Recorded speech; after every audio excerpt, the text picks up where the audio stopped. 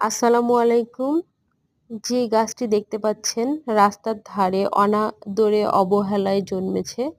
এটি একটি ভেষজ গুণাগুণ সম্পন্ন উদ্ভিদ। এই উদ্ভিদের অনেক ধরনের ঔষধি গুণাগুণ রয়েছে। এই উদ্ভিদে খুব সুন্দর ফুল হয়, ফলও হয়।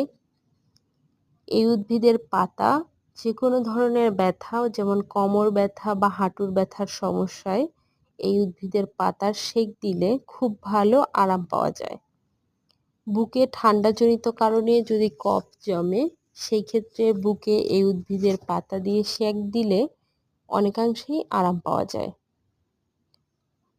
তবে এই ধরনের উদ্ভিদ যদি আপনাকে কেউ বলে যে এটা খেতে হবে, তাহলে খাওয়ার ক্ষেত্রে বাড়তি সতর্কতা অবলম্বন করবেন এবং অভিজ্ঞ লোকের পরামর্শ নেবেন।